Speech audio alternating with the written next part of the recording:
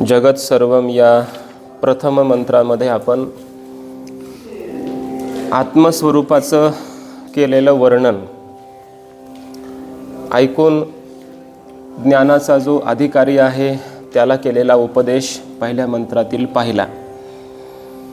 त्यानंतर ज्याला ज्ञानाचा अधिकार नाही असा जो कर्माधिकारी आहे, बहिर्मुख आहे, ज्याचं अंतःकरण शुद्ध नाही, ज्ञानाची योग्यता त्याला प्राप्त झालेली नाही, ज्ञान ग्रहण करण्यामध्ये अशक्त आहे, असमर्थ आहे, अशा साधकांसाठी श्रुती मातेने कर्माचा उपदेश केला. कुर्वन्नेवेह कर्माणि जी जी विशेष चतगुण समाहा. त्यानंतर तिसऱ्या आणि चौथ्या तिसऱ्या मंत्रामध्ये ज्यांना आत्मज्ञान प्राप्त झालं नाही असे जे अज्ञानी लोक आहेत, विपरीत ज्ञानाला प्राप्त झालेले असे जे लोक आहेत, ते आसुरी लोकांनाच पुन्हा पुन्हा प्राप्त होत राहतात. अंधेन तमसा वृताः. अंध म्हणजे या ठिकाणी अज्ञान असा अर्थ आहे. अज्ञानाच्या अंधाराने आवृत्त असणारे असे जे लोक आहेत ते सर्व लोक आसुर्य आहेत, आसुर संबंधी आहेत, आणि अशाच लोकांना ते पुन्हा पुन्हा मृत्यूला प्राप्त होतात, अशी जन्म प्राप्त करतात. कोण? येच आत्महनो जनाः. ज्यांनी आत्म्याचा घात केला, स्वतःचाच घात केला ते. आत्महनन म्हणजे काय? तर आत्मा अजर, अमर, अविनाशी, सच्चिदानंद घन असा असताना सुद्धा आत्म्याला जन्म मरणवान समजणारा, कर्ता भोक्ता समजणारा, परिच्छिन्न समजणं, यालाच म्हटलं जातं आत्म्याचं हनन, आत्म्याचा घात. आणि मग असे लोक, देहालाच मी समजणारे लोक, हे पुन्हा पुन्हा जन्माला येतात, पुन्हा पुन्हा मरतात. आसुरीम योनिमापन्ना मूढा जन्मनी जन्मनी असं म्हटलं आहे. मूढ योनीला ते प्राप्त होत राहतात. असं सगळं वर्णन केल्याच्या नंतर पुढे चौथ्या आणि पाचव्या प्रस्तुत या दोन मंत्रांमध्ये जे मात्र आत्मज्ञानी लोक आहेत, ज्यांनी आत्मस्वरूपाला यथार्थ जाणलेलं आहे, ते जन्ममरणाला प्राप्त होत नाहीत हे सांगायचं आहे. तर मग ते कसं जाणतात आत्मस्वरूपाला? कसं आहे ते आत्मा? ते आत्मतत्व कोणत्या स्वरूपाचं आहे, त्याची यथार्थता काय आहे, ते या दोन मंत्रांमध्ये सांगितलं आहे. आत्मतत्वाचं वर्णन थोडक्यात या दोन मंत्रांमध्ये श्रुती मातेने केलेलं आहे. याचं अवतरण भाष्यकारांनी जे दिलंय ते बघा. यस्य आत्मनः हननात् अविद्वांसः संसरन्ति. ज्या आत्म्याचं हनन केल्यामुळे, घात केल्यामुळे, म्हणजेच आत्म्याला विपरीत रूपाने जाणल्यामुळे, अविद्वांसः संसरन्ति, अज्ञानी लोक संसाराला प्राप्त होतात, जन्ममरणाला प्राप्त होतात. तद विपर्ययेण विद्वांसो जना मुच्यन्ते. त्याच्या विपरीत जर पाहिलं तर आत्मस्वरूपाला यथार्थत्वाने जाणणारे जे विद्वान लोक आहेत, ज्ञानी लोक आहेत, ते सर्व मुच्यन्ते म्हणजे मोक्षाला प्राप्त होतात. थोडं या असं पुढं म्हणजे मला आणखी हळून बोलता येईल. ते मात्र मोक्षाला प्राप्त होतात. त्यांना जन्ममरणाला प्राप्त होण्याची गरज नाही, की ज्यांनी आत्मस्वरूपाला यथार्थ जाणलं. मग ते न आत्महनः, ते आत्मज्ञानी लोक, आत्महत्यारे नाहीत, आत्मघाती नाहीत, यथार्थ आत्म्याला जाणणारे आहेत म्हणून ते आत्मघाती नाहीत. तत् कीदृशम आत्मतत्वम. मग ते कशा प्रकारचं आत्मतत्व आहे की त्या यथार्थ आत्मस्वरूपाला ते जाणतात आणि मग ते आत्मघाती होत नाहीत, जन्ममरणाला प्राप्त होत नाहीत, बंधाला प्राप्त होत नाहीत, मोक्षाला प्राप्त होतात. असं ते काय आहे आत्म्याचं स्वरूप असं विचारल्यानंतर पूर्वपक्षाने उच्चते इति उच्चते, हेच आता सांगितल्या जात आहे की आत्मा कसा आहे, आत्मस्वरूपाचं वर्णन स्वरूप कसं आहे ते या ठिकाणी श्रुतिमाता या 2 मंत्रांच्या द्वारा सांगत आहे. अनिजत इति या मंत्राच्या द्वारा अनिजदेकं मनसो जवीयो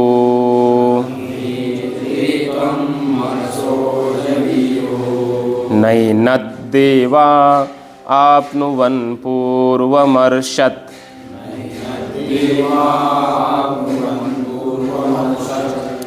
तद्धावतोऽन्या नत्येति तिष्ठत्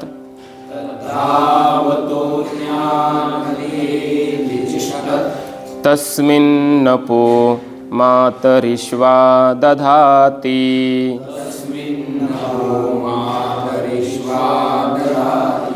तदेजति तन्नैजति तद्दूरे तद्वन्तिके तदन्तरस्य सर्वस्य तदु सर्वस्यास्य बाह्यतः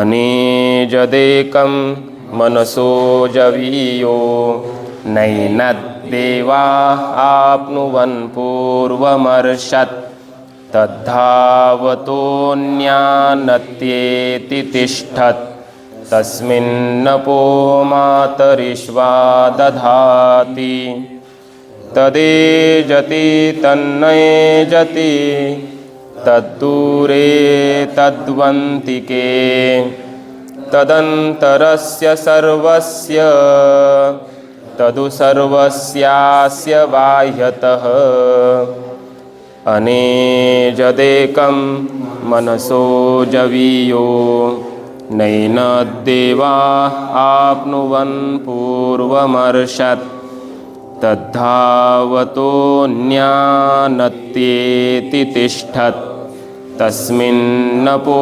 मातरिश्वा दधाति तदेजति तन्नैजति तद्दूरे तद्वन्तिके तदन्तरस्य सर्वस्य तदु सर्वस्यास्य बाह्यतः अनेजत पदच्छेद एकम मनसः जवीयः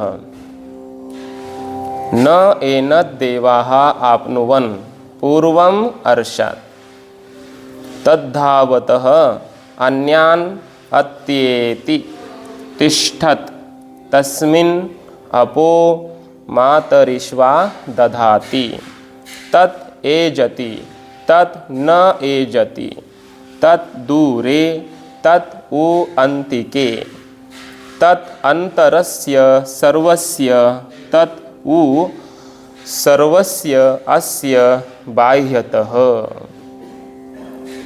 अन्वयपूर्वक सरळ अर्थ, अन्वय सरळच आहे असाच त्या वेळी बघू. आत्मतत्व कसं आहे, अनेजत त्याचं पहिलं वर्णन केलं आहे. कसं आहे ते अनेजत, याचा अर्थ आहे अन म्हणजे नाही, एजत म्हणजे एजरू कंपने धातू आहे, हालचाल कंपन करणं. न एजत इथे अनेजत नपुंसकलिंगी शब्द इथे. आत्मतत्वम अनेजत भवती अर्थात स्थिर आहे, बरोबर ना, विचलित होणारं नाही, स्थिर आहे, चंचल नाही, त्याच्यामध्ये काही हालचाल होत नाही, कंपन होत नाही, व्हायब्रेशन होत नाही असा अर्थ. न एजत अनेजत. अजून कसं आहे, एकम, कसं आहे आत्मतत्व एकच आहे, आत्मा एकच आहे. एको देवः सर्वभूतेषु गूढः असं आणखीही म्हटलंय श्रुतीने इतरत्र. तर आत्मा एकच आहे, आत्मा नाना नाही वेदांतामध्ये. आत्मी किती मानलेत, एकच आहे, एकम. अजून कसं आहे आत्मतत्व, तर औपाधिक रूपाने सांगतायत, निरुपाधिक रूपाने अनेजत एकम असं, सोपाधिक रूपाने मनसो जवीयः, मनापेक्षा वेगवान आहे. आपण म्हणतो की मन हे चंचल आहे, अत्यंत वेगाने धावतं. एका क्षणामध्ये गावाकडे जाऊन येतं, एका क्षणामध्ये इथं आपल्या रूमवर जाऊन येतं, एका क्षणामध्ये मंदिरात जाऊन येतं, ब्रह्मलोकात जाऊन येतं. इतकं वेगवान आहे कोण? मन. पण आत्मतत्वाचा विचार केला तर मनापेक्षा जवीय म्हणजे वेगवान आहे. जव म्हणजे वेग, वेग. जवीय म्हणजे वेगवान, धावणार. याचा अर्थ असा उपाधिक रूपाने बोललेला आहे. जेव्हा आपलं मन ब्रह्मलोकात जातं, समजा गेलं, तिथं ब्रह्मदेव बसलेत, बाकीचे देव वगैरे आले दर्शनासाठी ब्रह्मदेवाच्या वगैरे, तिथं आपलं मन गेलं तर तिथं पण प्रकाश येतो की नाही प्रतीतीला. आत्मा म्हणजे चैतन्य, तिथलं पण अस्तित्व, तिथला प्रकाश आपण पाहतो ब्रह्मलोकात. मग ते काय? ब्रह्मच आहे. म्हणजे मन तिथं जाण्याच्या अगोदर ब्रह्मच जणू काय तिथं पोहोचलंय. बरोबर ना? एक अलंकारिक भाषा आहे. सांगायचं हे की ब्रह्म सर्वत्र आहे, व्यापक आहे, हे सांगायचं आहे. तर ब्रह्मलोकात मनाला जावं लागतं, पण आत्म्याला जावंही लागत नाही, तिथं मुळातच आहे ते. बरोबर ना? आपल्याला इथं यावं लागतं शरीर रूपाने पाठासाठी. इथं आपण आलो, पण इथल्या आकाशाला यावं लागलं का? नाही, आकाश सर्वत्र आहे. तसं जणू काही मन जिथं जिथं जातं तिथं तिथं हे आत्मतत्व आधीच पोहोचलंय, असा अर्थ. याला म्हणायचं मनसो जवीयः, मनापेक्षा वेगवान. अजून कसं आहे? न एनत देवाः आपनुवन, देवाः एनत न आपनुवन. इथं देव शब्दाचा अर्थ आहे इंद्रिय. बरोबर ना? दिव्यन्ते प्रकाशन्ते विषयान इति देवाः नाम इंद्रियाणी, असा अर्थ. इंद्रिय विषयांचं प्रकाशन किंवा ज्ञान करून देतात ना, म्हणून त्यांना इथं देव असं म्हटलंय. इंद्रियाणी एनत न आपनुवन, इंद्रिय या आत्म्याला प्राप्त करू शकले नाहीत. आपनुवन न आपनुवन. का बरं? पूर्वमर्षत, मनाच्या सुद्धा अगोदर तिथं गेलंय ते. अर्थात मनाला सुद्धा ते प्रकाशित होत नाही, तर मग इंद्रियांना कसं होईल, असा याचा अर्थ आहे. समजताय ना? मनसो जवीयः, मनापेक्षा जर वेगवान आहे तर मग इंद्रिय काय याचं प्रकाशन करणार आहेत, असं आक्षेपार्थानं बोललेलं आहे. यतो वाचो निवर्तन्ते अप्राप्य मनसा सह, ठावो न पवता जयाचा मनेसी मुरडली वाचा. अर्थात मनच त्याला जर प्रकाशित करू शकत नाही तर इंद्रिय मनाच्या अधीन आहेत. बरोबर ना? इंद्रिय कशी आहेत? मनाच्या अधीन. मग मनच त्याला प्रकाशित करू शकत नाही तर इंद्रिय काय करतील, असा त्याचा अर्थ. मनाची नखी न लगे, जेथ बुद्धीची दृष्टी न रिगे, ते इंद्रिया केरजोगे काय होईल. बरोबर आहे. त्याचा अर्थ इथं आहे बघा, किंवा याचा अर्थ तिथं आहे. नैन देवा आपनुवन, कारण पूर्वमर्षत हे आत्मतत्व अगोदरच त्या ठिकाणी आहे, अगोदर गेलंय, मनाच्याही अगोदर आहे. तर मग इंद्रिय त्याला कसे प्रकाशित करतील, असा त्याचा अर्थ आहे. तद्धावतः अन्यान अत्येति तिष्ठत, तत् तिष्ठत अन्यान धावतः अत्येति, असा अन्वय. ते आत्मतत्व स्थिर राहूनही अन्य धावणाऱ्या सर्व वेगवान अशा पदार्थांना अतिक्रमण करून जाणार आहे. जणू काही स्पर्धेने त्यांना जिंकणार आहे. अर्थात इंद्रिय विषयाकडे धावतात, मन विषयाकडे धावतं, पण हे धावणाऱ्या, काल वेगाने धावतोय. बरोबर ना? काल कसा चाललाय? वेगाने धावतोय.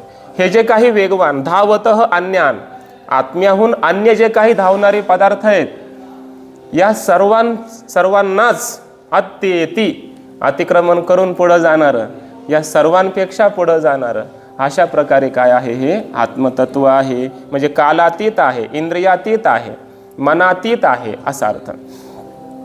सर्वांच्या अगोदर तिथं पोहोचणारं, सर्वत्र आहे, व्याप्त आहे, असा अर्थ. आणि शेवटी सांगतायत या मंत्रामध्ये, तस्मिन, त्या आत्मस्वरूपाच्याच सत्तेमध्ये, अपह मातरिश्वा दधाती. मातरिश्वा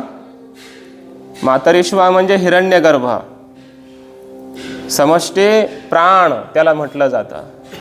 असा मातरिश्वा तो सुद्धा त्याच्याच सत्तेमध्ये अपह दधाती, तो कर्म धारण करतो.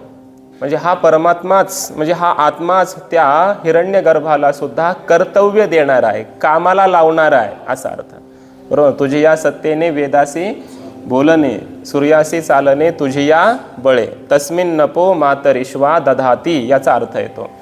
किंवा आपण प्रभू शब्दाचं व्याख्यान पाहताना 9व्या अध्यायात पाहतो ना, संपूर्ण जगाचा प्रभू मालक स्वामी कोण आहे? मी आहे. म्हणजे काय त्याच्यामध्ये म्हटलंय, पर्वती बैसका न संडावी, समुद्री रेखा नोलांडावी, पृथ्वीया भूते वहावी, हे आज्ञा माझी. तस्मिन ते आत्मस्वरूपाच्या सत्तेमध्येच मातरिश्वा अपह दधाती. इथं अपशब्दाचा अर्थ आहे कर्म, कारण जलाशिवाय अपशब्द जल अर्थाचा आहे वाच्यार्थाने. आप म्हणजे काय? जल. शीतस्पर्शवत्यः आपह म्हणतो ना आपण, आपह बहुवचन आहे, नित्य बहुवचनांता निस्त्रीलिंगी शब्द आहे अप. तर इथं अपशब्दाचा अर्थ आहे कर्म, कारण जलाशिवाय आपण कुठल्याही प्रकारची कृती क्रिया करू शकत नाही. यज्ञ सुद्धा जलाशिवाय होत नाही. आपलं जीवन पाण्याशिवाय चालत, त्याचं नावच आहे जीवन. बरोबर ना. म्हणून इथं अपशब्दाचा अर्थ केला आहे कर्म. तर हा मातरिश्वा या परमात्म्याच्या सत्तेमध्येच कर्म धारण करतो, म्हणजे आपापले कर्तव्य पार पाडत असतो असा अर्थ. अशी सत्ता आहे याची सर्वत्र. अजून कसं येते आत्मतत्व? श्रुती माता पुढच्या मंत्रामध्ये सांगते, तत् एजती, ते आत्मतत्व एजती चलती, ते जाणारं पण आहे, सर्वत्र जाणारं पोहोचणारं असं पण आहे. तत् न एजती, ते आत्मतत्व न जाणारं म्हणजे स्थिर असं पण आहे. तत् दूरे, ते दूर आहे. तत् उ अंतिके, तेच आपल्या जवळही आहे. तद अंतरस्य सर्वस्य, तत् अस्य सर्वस्य अंतर, तेच आत्मतत्व या सर्व जगताच्या आतमध्ये आहे. तत् उ सर्वस्यास्य बाह्यतः, आणि तेच आत्मतत्व या संपूर्ण जगाच्या बाहेरही आहे. समजलं ना. चलनवलन करणारं तेच आहे, कारण चैतन्य तेच आहे. बरोबर ना. जडामध्ये काय क्रिया होणार आहे? म्हणजे उपाधी रूपाने चलनवलन करणारं ते आहे. न येजती म्हणजे निरुपाधिक रूपाने सर्व व्यापक चैतन्य स्वरूपाने हालचाल करणारं नाही. तत् दूर आहे, ते सर्वांच्या दूर आहे, म्हणजे मूढ लोकांसाठी, अज्ञानी लोकांसाठी ते दूर आहे. आणि ज्ञानी लोकांसाठी तद्वंतिके, ते जवळ आहे. जया ठाई तू मूढ, तया लागे तो वक्रतुंड, जे तुझ्याविखी मूढ असं आहे. तया लागे तो वक्रतुंड, ज्ञानी असे तरी अखंड उजोची आशी. गणपतीच्या सोंडेचं वर्णन करताना माऊली म्हणतात, गणपती वाकड्या सोंडेचा पण आहे आणि सरळ सोंडेचा पण आहे. जे अज्ञानी मूढ आहेत त्यांच्यासाठी वाकड्या सोंडेचा आहे, आणि जे ज्ञानी आहेत भक्त आहेत त्यांच्यासाठी सरळ सोंडेचा. तसं इथं ज्ञानी लोकांसाठी जवळ आहे, त्यांचा अपरोक्ष आत्माच आहे. आणि अज्ञानी लोकांसाठी त्यांचा आत्मा असून सुद्धा त्याचं ज्ञान नसल्यामुळे दूर आहे हे आत्मतत्व. दूर आहे. त्या अज्ञानी लोकांना माहितीच नाही आत्मा म्हणजे काय, ब्रह्म म्हणजे काय. त्यांच्यासाठी जणू काय ते फार दूर आहे असा अर्थ. जगाच्या आतमध्ये पण आहे तेच, आणि बाहेर पण आहे असा अर्थ. आणि पुढे आचार्य सांगणार आहेत, आतन बाहेर असा विभाग नाहीच आहे, घनीभूत आहे, ठोस आहे, भरीव आहे असा अर्थ. भाष्य बघा आता. मंत्रांचा अर्थ समजलाय ना. अनेजत न एजत, एजरू कंपने, कंपनम चलनम. कंपन म्हणजे काय? एजन. बरोबर ना. आणि तसं हे नाही, कंपन म्हणजे चलन वलन करणारं नाही. तर म्हणायचं अनेजत म्हणजे काय? स्व अवस्था प्रच्युतीही, याला म्हणायचं चलन. आपल्या अवस्थेतून दुसऱ्या अवस्थेत येणं, याला काय म्हणायचं? स्व अवस्था प्रच्युती. बरोबर ना. अन्य अवस्थेत येणं, याला चलन वलन म्हणायचं. इथं होता तिथं गेला, तिथं होता इथं आला, काहीतरी चलन वलन झालं, काही बदल झाला, काही परिणाम झाला. असा परिणाम, बदल, विकार आत्मस्वरूपात होत नाही. तो का म्हणे, साहे देव आहे तैसा आहे, आहे तसाच तो राहतो. याला म्हणायचं अनेजत. तद्वर्जितम सर्वदा एकरूपम इत्यर्थ. सर्व कालामध्ये परमात्मा एकरूप आहे, यात बदल होत नाही, म्हणजे अनेजत असा आहे. तच्च एकम सर्वभूतेषु, ते आत्मतत्व पुन्हा कसं सांगितलंय, एक सांगितलंय. सर्व प्राणीमात्रामध्ये ते एकच आहे. उपाध्या अनेक आहेत. आकाश जसं व्यापक आहे आणि एक आहे, तसं आत्मतत्व एकच आहे. मनसः जवीय म्हटलंय ना, त्याचा अर्थ करतात मनसः संकल्पादे लक्षणात जवीय जववत्तरम. मनापेक्षा जे संकल्प विकल्प करणारं मन, क्षणामध्ये धावणारं मन, पण अशा मनापेक्षा ते आत्मतत्व वेगवान आहे असा अर्थ. आता पूर्वपक्षी शंका घेतोय, कथम विरुद्धम उच्यते, तुम्ही असं विरोधी विरोधी कसं बोलायला लागले. ध्रुवम निश्चलम इदम मनसो जवीय इतिच, ते ध्रुव आहे, निश्चल आहे असं सांगितलं अनेजत पदाने, आणि आता सांगताय मनसो जवीय, मनापेक्षा वेगवान आहे, पळणार आहे, धावणार आहे. एक सांगा ना, स्थिर आहे का धावतं, दोन्ही दोन्ही कसं बोलता असं कोण म्हणतो, पूर्व पक्षी. उत्तर देतायत न येश दोष, हा असा दोष आमच्यावर येत नाही. व्याघात दोष आहे ना हा. एका बाजूला म्हणायचं स्थिर आहे ते, पुन्हा म्हणायचं ते स्थिर नाही, धावणार आहे. धावणारा असून स्थिर आहे, म्हणजे मे मुखे जिव्हा नास्ती म्हटल्यासारखंच आहे ना. माझ्या मुखामध्ये जीभ नाही असं म्हणतो, बरोबर ना, असं बोलतो. जीभ नाही तर बोलतो कसा, आणि बोलतो तर जीभ नाही कशी. तसं स्थिर आहे तर मग धावतं कसं ते, आणि धावतं तर मग स्थिर कसं. उत्तर दिलंय निरुपाधी उपाधी मत्वेन उपपत्ते हे. आमच्याकडे आहे म्हटले संगती.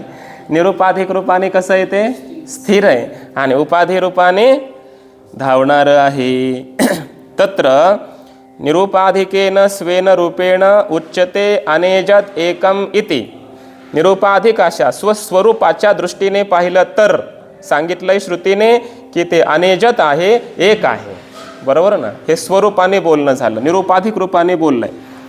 आणि मनसो अंतकरणस्य संकल्प विकल्प लक्षणस्य उपाधेः अनुवर्तनात् इह देहस्थस्य मनसः ब्रह्मलोकादि दूरगमनं संकल्पेन क्षणमात्रात भवति इति अतः मनसः जविष्ठत्वं लोके प्रसिद्धम. सोपाधिक रूपाने ते कसं आहे, वेगवान आहे. म्हणजे मन जे आहे अंतकरण संकल्प विकल्प करणारं, त्या उपाधीचं ते अनुवर्तन करतात. कोण, आत्मतत्व त्या उपाधीचा स्वीकार करतं, अंतकरणाच्या उपाधीचा. आणि मग हे लोकांना या जगामध्ये प्रसिद्ध आहे इह, की देहस्थ देहाच्या आतमध्ये असणारं जे मन आहे ते ब्रह्मलोकापर्यंत दूर गमन करतं, आणि संकल्पाने पुन्हा क्षणमात्रात तिथं ते जातं. कुठं, ब्रह्मलोकात. हे मनाचं वेगवत्तरत्व, म्हणजे मन हे वेगवान आहे, हे जगामध्ये काय आहे, प्रसिद्ध आहे. आणि त्या मनाचा उपाधी हे धारण करत आहे, म्हणजे मनाबरोबर हे अगोदर तिथं पोचतं. मन जातं, त्या मनाबरोबर हेही जातं, पण त्याच्याबरोबर अगोदरच काय आहे, ते आत्मतत्व तिथं पोचलेलं आहे. तस्मिन् मनसी ब्रह्मलोकादीन द्रुतं गच्छति सती प्रथम प्राप्त इव आत्मचैतन्यावभासो गृह्यते अतः मनसो जवीयः इत्याह.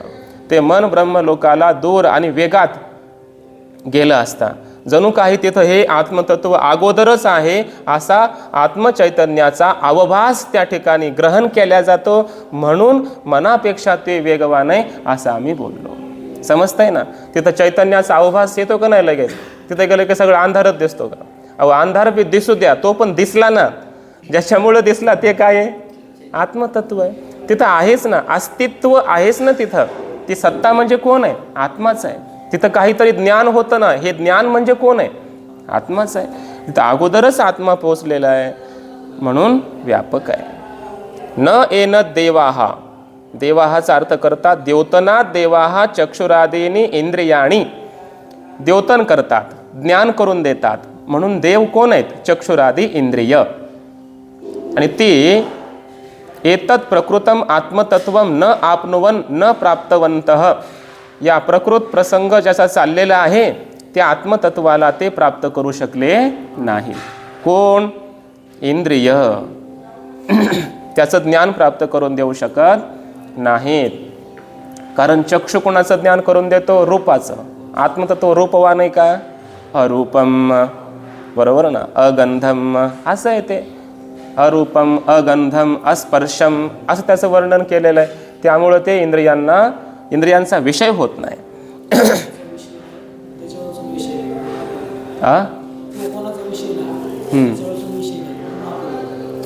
तो कुणाचा विषय नाही, पण त्याच्यापासून काही विषय होत नाही, म्हणून तो अविषयच आहे.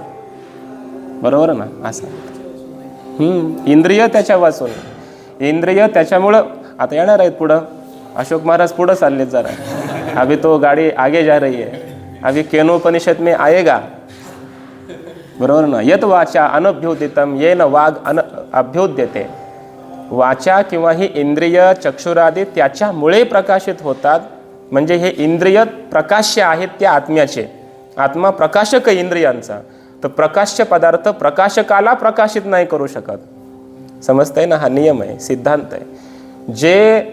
ज्याचं प्रकाश्य आहे ते आपल्या प्रकाशकाला प्रकाश्य करू शकत नाही, प्रकाशित करू शकत नाही. इंद्रिय प्रकाश्य आहेत, आत्मा प्रकाशक आहे त्यांचा.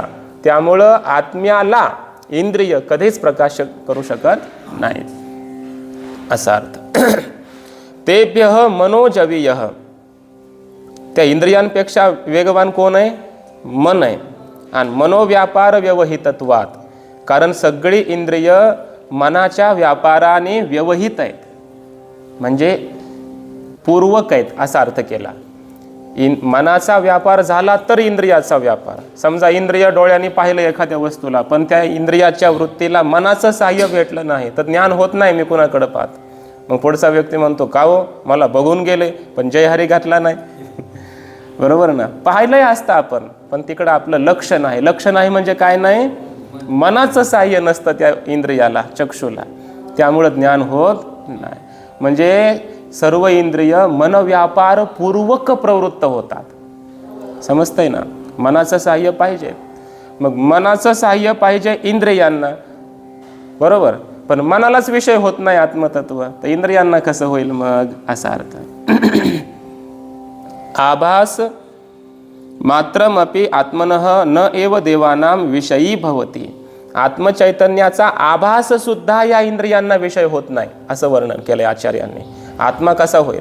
आत्मचैतन्याचा आभास, चिदाभास हा सुद्धा इंद्रियाला विषय होत नाही. एका प्रतिबिंब जर दिसत नाही इंद्रियात, बिंब काय दिसेल, असा अर्थ आहे. यस्मात् जववान, जवनान असं आहे. यस्मात् जवनान मनसोपि पूर्वमर्षत पूर्वम एव गतम व्योमवद व्यापित्वात. ज्यामुळे की हे आत्मतत्व मनापेक्षा व्यापक आहे, अगोदर पोचलेलं आहे, आकाशाप्रमाणे व्यापक. तर मग इंद्रियांना कसं विषय होईल, असं आचार्य सांगताय. सर्वस्य आपलं सर्वव्यापी तद आत्मतत्वम संसार धर्म वर्जितम स्वेन निरूपाधिकेन स्वरूपेण अविक्रियम एव सत् उपाधिकृताः सर्वाः संसार विक्रियाः अनुभवति इव अविवेकिनां मूढानां एकम अनेकम इव च प्रतिदेहम प्रत्यवभासते इति एतद आह तद्धावतो इति. कसं आहे आत्मतत्व? सर्व व्यापक आहे असं असूनही संसार धर्म विवर्जित आहे आणि स्वतः निरुपाधिक रूपाने स्वरूपाने अविक्रिय असूनही, बरोबर ना, अविक्रिय असूनही उपाधिकृत संपूर्ण संसार विक्रियांचा ते काय करतं? अनुभव घेतं. असं अविवेकी लोकांना आता असं वाटतं, बरोबर ना. स्वरूपाने ते कसं आहे? अविक्रिय आहे, पण उपाधीला प्राप्त झाल्याच्या नंतर संसार धर्म ते अनुभवतं. आणि अविवेकी लोकांना, जे मूढ आहेत, विपरीत ज्ञानी लोक आहेत, त्यांना अनेकम इवच प्रतिदेहम प्रत्यवभासते. अनेक असल्यासारखं प्रत्येक देहामध्ये त्यांना भासतं. प्रत्येक देहातला आत्मा कसा आहे? वेगळा आहे, असं अज्ञानी लोकांना वाटतं. असं श्रुतिमाता आता पुढे सांगते. तद्धावतः द्रुतम गच्छतः असा अर्थ केला. अन्य आत्मविलक्षणान अन्यान आत्मविलक्षणान मनोवाग इंद्रिय प्रवृत्तीन अत्येती अतित्य गच्छती इव. बाकीचे जे इंद्रिय मन काल हे धावणारे लोक आहेत, यांचं अतिक्रमण करून आत्मतत्व पुढे जातं. इव अर्थम स्वयमेव दर्शयते. आता हे पुढं जातं, यांचा जणू काही स्पर्धा करून, या धावणाऱ्यांचा अतिक्रमण करून ही आत्मा पुढं जातो, असं जे म्हणणं आहे ते काय खरंच जातो का? खरंच यांची काही स्पर्धा लागली आणि आत्म्याचा पहिला नंबर आला, असं काही चाललंय का? नाही. हे सगळं इव आहे. इव हे जणू काही, हे जे वर्णन करणं आहे ना, आचार्य म्हणतात इव गच्छती इव, जणू काही हे आत्मतत्व यांचं अतिक्रमण करून पुढं गेलंय. म्हणजे पुढं गेलं नाही, तिथं ते आहेच आहे अगोदर, हे सांगायचं आहे. सर्वत्र व्यापकच आहे, आधीच आहे, हे सांगायचं आहे. पण श्रुतीचे शब्द तसे आहेत, म्हणून आम्हाला वर्णन करावं लागतं. जणू काही अतिक्रमण करून हे पुढं चाललंय. हे इव अर्थ जो आहे, जणू काही असं जे म्हणणं आहे, ते स्वतः श्रुतीमाताच सांगते. तिष्ठ देते म्हणजे स्वयं अविक्रियम एव सत इत्यर्थः. जर ते खरंच धावणारं असतं तर श्रुती माता पुन्हा तिष्ठत म्हणली असती का? जाग्यावर ते स्थिर राहतं असं म्हणाली असते का? ज्या अर्थी श्रुती माता म्हणते तिष्ठत, जाग्यावर राहतं, पण जाग्यावर राहूनही सर्वांचं अतिक्रमण करून पुढं धावतं, असं ज्या अर्थी म्हटलंय, तर हे जे धावणं आहे ते इव जणू काही, हे खरंच धावणं आहे असं नाही. तस्मिन त्याचा अर्थ केला आत्मतत्वे, त्याचा अर्थ सती, त्याचा अर्थ नित्य चैतन्य स्वभावे. मातरिश्वा मातरी अंतरिक्षे श्वयति गच्छति इति मातरिश्वा वायुः सर्व प्राणभृत क्रियात्मको यद आश्रयानि कार्यकरणजातानि यस्मिन् ओतानि प्रोतानि च यत् सूत्र संज्ञकम् सर्वस्य जगतः विधारयितृ स मातरिश्वा. अपह कर्माणि प्राणिनां चेष्टालक्षणानि अग्नि आदित्य पर्जन्यादीनां ज्वलन दहन प्रकाश अभिवर्षणादि लक्षणानि दधाति विभजति इत्यर्थः धारयति इति वा. भेषास्माद् वातः पवते इत्यादि श्रुतिभ्यः सर्वा हि कार्यकारणादि विक्रिया नित्य चैतन्यात्मस्वरूपे सर्वास्पदभूते सति एव भवन्ति इत्यर्थः. शेवटी श्रुती माता म्हणते, आचार्य त्याचा अर्थ करतायत की त्या आत्मस्वरूपाच्याच ठिकाणी जे सत्स्वरूप आहे, नित्य चैतन्य स्वरूप आहे, त्याच्यामध्ये राहून त्याच्या सत्तेमध्ये हा जो मातरिश्वा आहे, मातरिश्वा म्हणजे कोण? मातरी म्हणजे अंतरिक्षामध्ये श्वयती गच्छती इति मातरिश्वा, सदा चलनवलन करणारा हा वायू अंतरिक्षामध्ये, त्यालाच मातरिश्वा म्हणतात. समष्टी प्राण म्हणतात, समष्टी वायू म्हणतात त्याला. सर्व प्राणभृत, सर्वांच्या प्राणाला धारण करणारा. आपल्या सगळ्यांचा प्राण कोणी धारण केला? या वायूमुळेच आहे की नाही? आणि हा वायू म्हणजे समष्टी प्राण, म्हणजे हिरण्यगर्भ म्हणतात त्याला. सूत्रात्मा म्हणालो आपण त्याला पंचदशीच्या भाषेमध्ये. तर त्यालाच म्हटलं तर क्रियात्मक आहे तो, समष्टी क्रियात्मक. त्याच्यामुळे आपण जिवंत आहेत, त्याच्यामुळे आपला श्वासोश्वास सुरू आहे. ज्याच्या आश्रयत हे सगळं कार्यकरण कारण वगैरे हे सगळे ओतप्रोत आहे, जगामध्ये क्रियाशील आहेत, असा जो सूत्रात्मा हिरण्यगर्भ संपूर्ण जगताला धारण करणारा, त्याला म्हटलं जातं मातरिश्वा हिरण्यगर्भ. आणि तो अपहनाम कर्माणी प्राणीनाम चेष्टा लक्षणाने, आपण ज्या काही क्रिया करतोय ना त्याच्या आधारावर करतोय. कारण प्राणावर क्रिया होतात, प्राण नसेल तर क्रिया होत नाही. आणि समष्टी प्राण कोण आहे? हिरण्यगर्भ. त्याच्यामुळं आपला प्राण क्रियाशील आहे, त्याच्यामुळं आपली इंद्रिय क्रियाशील, देह क्रियाशील, त्याच्यामुळं हा सूर्य तपतोय, त्याच्यामुळं अग्नी तपन करतोय, ज्वलन वगैरे करतोय, त्याच्यामुळे हे जे मेघ वगैरे आहेत ते वृष्टी करतायत, इंद्र वृष्टी करतोय. असा जो सर्व देवांचा सर्व जीवांचा क्रियाधारी, बरोबर ना, क्रिया धारण करणारा, क्रिया करवून घेणारा असा विधातयितृ, त्याला म्हणायचं हिरण्यगर्भ, समष्टी प्राण, सूत्रात्मा. आणि त्यालाच इथं म्हटलंय मातरिश्वा. त्याच्या अधीन आहे सगळ्या क्रिया या. आणि परमात्मा त्याचाही कोण आहे? जनक आहे. त्याच्याकडून हे सगळं करून घेतोय. कोण? परमात्मा असा अर्थ. ज्वलन करणं अग्नीच्या द्वारा, दहन करणं, सूर्याद्वारा प्रकाशन करून घेणं, इंद्रादिकांच्या द्वारा पर्जन्य करणं, अभिवर्षा करून घेणं, अशा प्रकारच्या संपूर्ण क्रिया विभाग लावून. नाहीतर अग्नी काय करेल? आपलं ज्वलन करणं कार्य थांबवून टाकेल, बरोबर ना. इंद्र वर्षाव करणं थांबवून टाकेल. यांच्यावर पण सत्ता आहे ना कोणाची तरी. कुणाची? हिरण्यगर्भाची या, बरोबर. आणि हिरण्यगर्भावर सत्ता कुणाची आहे? ईश्वराची. ईश्वर रूप माझी आत्म्याची असा अर्थ या ठिकाणी. त्याच्यावर सत्ता यांची आहे, परमात्म्याची आहे. आणि त्याला श्रुती सांगितली पुन्हा तैत्तिरीय भीषास्माद वातः पवते. या परमात्म्याच्या म्हणजे हिरण्यगर्भाच्या भीतीनेच वातः म्हणजे हा वायू काय करतो? भीतीने धावतो आहे. किंवा भीषास्माद वातः पवते म्हणजे इथं वातः जो म्हटलंय ना इथं, म्हणजे हा हिरण्यगर्भ. अस्माद भीषा म्हणजे काय? या परमात्म्याच्या भीतीने हा हिरण्यगर्भरूपी वायू काय करतोय? सतत फिरतोय जगामध्ये आणि संपूर्ण क्रिया धारण करतोय, असं अन्य श्रुतीतही म्हटलेलं आहे. आणि इथंही म्हटलंय तस्मिन् नपो मातरिश्वा दधाती. सर्वाही कार्यकारणादी विक्रिया, जगतातील सर्व कार्य कारण आणि यांच्याद्वारा होणाऱ्या संपूर्ण विक्रिया विकार वगैरे त्या नित्य चैतन्य आत्मस्वरूपाच्याच ठिकाणी, की जे सर्वांचं आस्पद आहे, अधिष्ठान आहे, स्थान आहे राहण्याचं, ते असेल तरच ह्या सर्व क्रिया होतात. म्हणून असं म्हटलंय की जे नित्य चैतन्य आहे, ब्रह्म आहे, ब्रह्मरूप आत्मा आहे, ईश्वररूप आत्मा आहे, त्याच्यावर संपूर्ण ह्या क्रिया चाललेल्या आहेत असा अर्थ. किंवा त्याच्या सत्तेने हिरण्यगर्भ या क्रिया करून घेतो आहे असा अर्थ. समजलं? आता पुढचा मंत्र 5वा, त्याचा अर्थ केलेला आहे. न मंत्राणाम जामिता अस्ति इति पूर्वमंत्रेण उक्तम अर्थम पुनराह तदेजत इति. मंत्रांना आळस नाही. जामिता म्हणजे काय? आळस. मंत्रांना आळस नसतो. मागे सांगितलेलाच विषय पुन्हा पुढे वेगळ्या शब्दांनी सांगतात मंत्र. वेदातील मंत्र, श्रुतीतील मंत्र, उपनिषदातील हे मंत्र, यांना आळस नाही.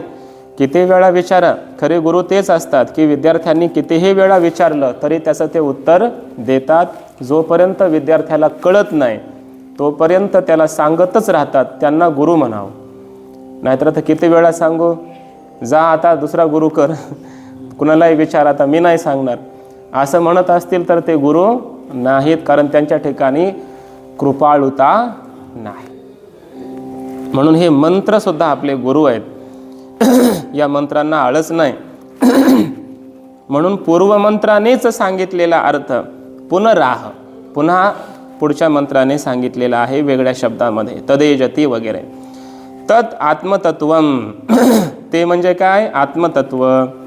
यत प्रकृतम, ज्याचा प्रकृत प्रसंग चाललेला आहे ते आत्मतत्व. तत् एजती म्हणजे चलती. तदेवच न येजती, स्वतः न एव चलती, स्वतः अचलम एव सत् चलती इव इत्यर्थः. भाष्यकार म्हणतात ते चालतं जातं आणि ते स्वरूपाने जात येतही नाही. असं कसं होतं? तर उत्तर दिलंय स्वरूपाने ते अचल आहे, स्थिर आहे, पण असं असूनही चलती इव जणू काही सोपाधिक होतं आणि चलनवलन जणू काही करतं जीव रूपाने, देवांच्या रूपाने. ह्या चैतन्यमय असणारे आहेत की नाही सजीव लोक, प्राणी पशु पक्षी, यांच्या रूपाने जणू काही त्या उपाधीला धारण करून ते आत्मतत्वच चलनवलन करतंय जगामध्ये, बरोबर ना. तुम्ही इथं आलात म्हणजे आत्मतत्वच आलं, मी आलो म्हणजे आत्मतत्वच आलं. आता जाणारही तेच आहे. जाणं येणं चलन वलन संपूर्ण जगतामध्ये आपल्या रूपानं कोण करतंय? आत्मतत्वच करताय. म्हणजे उपाधी धारण करून, बरं, आपल्या शरीराचा अंतःकरणाचा उपाधी धारण करून चलन वलन करणारं कोण आहे? आत्माचा आहे. एकच आत्मा या सर्व उपाध्यांना धारण करून चलन वलन करत आहे असा अर्थ. आणि निरुपाधिक रूपाने पाहिलं तर ते मग व्यापक आहे, ठोस आहे, भरीव आहे, त्यामुळं ते चलन वलन करू शकत नाही, ते स्थिर आहे असा अर्थ. किंच एवढंच नाही तर तद्दूरे, ते दूर आहे. म्हणजे काय? वर्ष कोटी शतैरपि अविदुषाम अप्राप्यत्वा दूरे एव. समजतंय ना? ते वर्ष कोटी शतैरपि, करोडो शेकडो वर्ष गेले तरी सुद्धा अज्ञानी लोकांना अप्राप्य असल्यामुळं त्यांच्यासाठी दूरच आहे. बरोबर ना? त्यांना 100 वर्ष जाऊ द्या, नाही तर करोडो वर्ष जाऊ द्या, त्यांना आत्मा म्हणजे काय कळणार नाही. कारण ते आत्महनः जनाः तान् ते प्रेत्याभिगच्छन्ति ये लोकाः असुर्याः अंधेन तमसा वृताः तान् ते प्रेत्याभिगच्छन्ति ये आत्महनः जनाः अविद्वांसः अज्ञानिनः. त्यामुळं त्यांच्यासाठी हे काय आहे? दूर दूर आहे असा अर्थ. आणि तत् उ अंतिके, तेच काय आहे? पुन्हा जवळही आहे. इथे छेदः असा पदच्छेद करायचा. तदु अंतिके आहे ना, तत् उ अंतिके, तद्वंतिके, समीपे, अत्यंतम एव विदुषाम. हे निपात असतात. काही ठिकाणी त्याचा अर्थ नसतो, म्हणजे अर्थरहित अशा प्रकारचे वाक्यालंकार या रूपाने आलेले, कधी प्रसिद्धी या अर्थाने आलेले हे निपात असतात श्रुतीमध्ये आलेले. उ हा या ठिकाणी काय आहे? एकाच निपात आहे. लघुत गेलं बघा आपल्याला, हे काय ना, निपात एको जनांग असं काहीतरी आहे ना. एकच स्वर असलेला उ, एकच स्वररूप अशा प्रकारचा निपात आहे.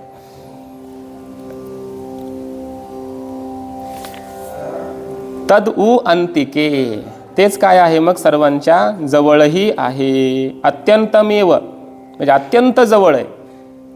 कुणासाठी पण? विदुषाम, आत्मत्वात, न केवलम दूरे अंतिकेच्या. ते केवळ दूरच आहे असं नाही, तर विद्वानासाठी, ज्ञानी पुरुषासाठी मात्र ते त्यांचा आत्माच असल्यामुळे अत्यंत त्यांच्या जवळ आहे असा अर्थ. तद अंतर याचा अर्थ करतात अभ्यंतरे अस्य सर्वस्य, या संपूर्ण विश्वाच्या आतमध्ये आत्मतत्वच आहे. याकरिता दुसरी श्रुती दिली प्रमाण म्हणून. यह आत्मा सर्वांतरः, जो आत्मा सर्वांच्या आतमध्ये आहे, अशी बृहदारण्यक श्रुती आहे. इति श्रुतेः अस्य सर्वस्य जगतः नामरूप क्रियात्मकस्य तदु अपि सर्वस्यास्य बाह्यतः व्यापकत्वात्. नामरूपात्मक अशा या संपूर्ण जगताच्या, क्रियात्मक अशा या जगताच्या, सर्व जगताच्या बाह्यतः बाहेरही आहे, व्यापकत्वात व्यापक असल्यामुळे जगताच्या बाहेरही आहे. इथं उ म्हटलंय ना श्रुतीमध्ये, तत् उ, त्या उचा अर्थ अपि असा केलाय भाष्यकाराने, सुद्धा. उ म्हणजे काय? सुद्धा, बाहेर सुद्धा आहे असा अर्थ. व्यापकत्वात, आकाशवत निरतिशय सूक्ष्मत्वात अंतः, आणि आकाशाप्रमाणे निरतिशय सूक्ष्म असल्यामुळे जगताच्या आतमध्येही आहे. हे हेतू घ्यायचे बरं असे. बाह्यतः व्यापकत्वात, तिथं अर्धविराम द्यायचा. बाहेरही जगताच्या, कशामुळे? व्यापक असल्यामुळे. आणि पुढं म्हटलंय आकाशवत निरतिशय सूक्ष्मत्वात अंतः, हा हेतू पुढे घ्यायचा. अंतः म्हणजे आतमध्ये, आतमध्ये पण आहे. कशामुळे? आकाशाप्रमाणे अतिशय सूक्ष्म असल्यामुळे ते आतमध्ये पण आहे. मग आत आहे का बाहेर आहे? आत हरी बाहेर हरी. पण नेमकं काय? तर हरीने घरी कोण दिले? तो भाव आता आचार्य सांगतायत की अन्य श्रुती सांगते प्रज्ञान घन एव. आत्मा प्रज्ञान घन आहे, ज्ञान घन, ठोस, भरीव असा आहे. इति शासनात निरंतरंच, असं शासन श्रुतीचा उपदेश असल्यामुळे आत्मा निरंतर आहे. इथं निरंतर शब्दाचा अर्थ आहे एक रस. एक रस आहे म्हणजे ठोस आहे, तोच तो आहे असा अर्थ. आतन बाहेर या उपाध्या झाल्या. जगत नावाचा उपाधी मानला तर मग जगताच्या आतमध्ये आहे, जगताच्या बाहेर आहे. जगत उपाधी मानून हे आत बाहेर बोलणं चाललं. देह उपाधी मानून आत बाहेर आत्मा आहे सांगणं झालं. पण निरंतरंच प्रज्ञान घन एव या श्रुतीने सांगितलंय की आत्मा निरंतर आहे, म्हणजे एक रस आहे. आत बाहेर असं नाही. जगतही तोच आहे, जगताच्या आतही तोच, बाहेरही तोच आणि जगतही तोच. ज्याच्या आत बाहेर तोही तोच आहे असा अर्थ. म्हणजे ठोस आहे, भरीव आहे, त्याच्याहून अतिरिक्त काही नाहीच आहे असा अर्थ. इथपर्यंत आपण आत्मस्वरूपाचं वर्णन पाहिलं. चौथा आणि पाचवा मंत्र झाला या ठिकाणी, त्याचं भाष्यही झालं. आत्मस्वरूपाचं यथार्थ निरूपण, वर्णन, प्रतिपादन या 2 मंत्रांमध्ये श्रुती मातेने केलेलं आहे. कधी सोपाधिक वर्णन आहे, कधी निरूपाधिक वर्णन आहे, हा विभाग कळाला पाहिजे, समन्वय कळाला पाहिजे. भाष्यानुसार आपण तो पाहिला. अशा आत्मस्वरूपाला ज्यांनी जाणलं ते आत्मवेत्ते पुरुष कसे असतात, त्यांचं लक्षण काय असतं, त्यांची अवस्था काय असते, त्याचं वर्णन पुढच्या 6व्या आणि 7व्या 2 मंत्रांमध्ये येणार आहे. पुन्हा पुढे 8व्या मंत्रामध्ये आत्मस्वरूपाचं वर्णन येणार आहे. तर या 3 मंत्रांचा अर्थ आपण उद्याच्या पाठामध्ये बघू. पुंडलिक वरदा हरी विठ्ठल. श्री ज्ञानदेव तुकाराम. माऊली ज्ञानेश्वर महाराज की जय.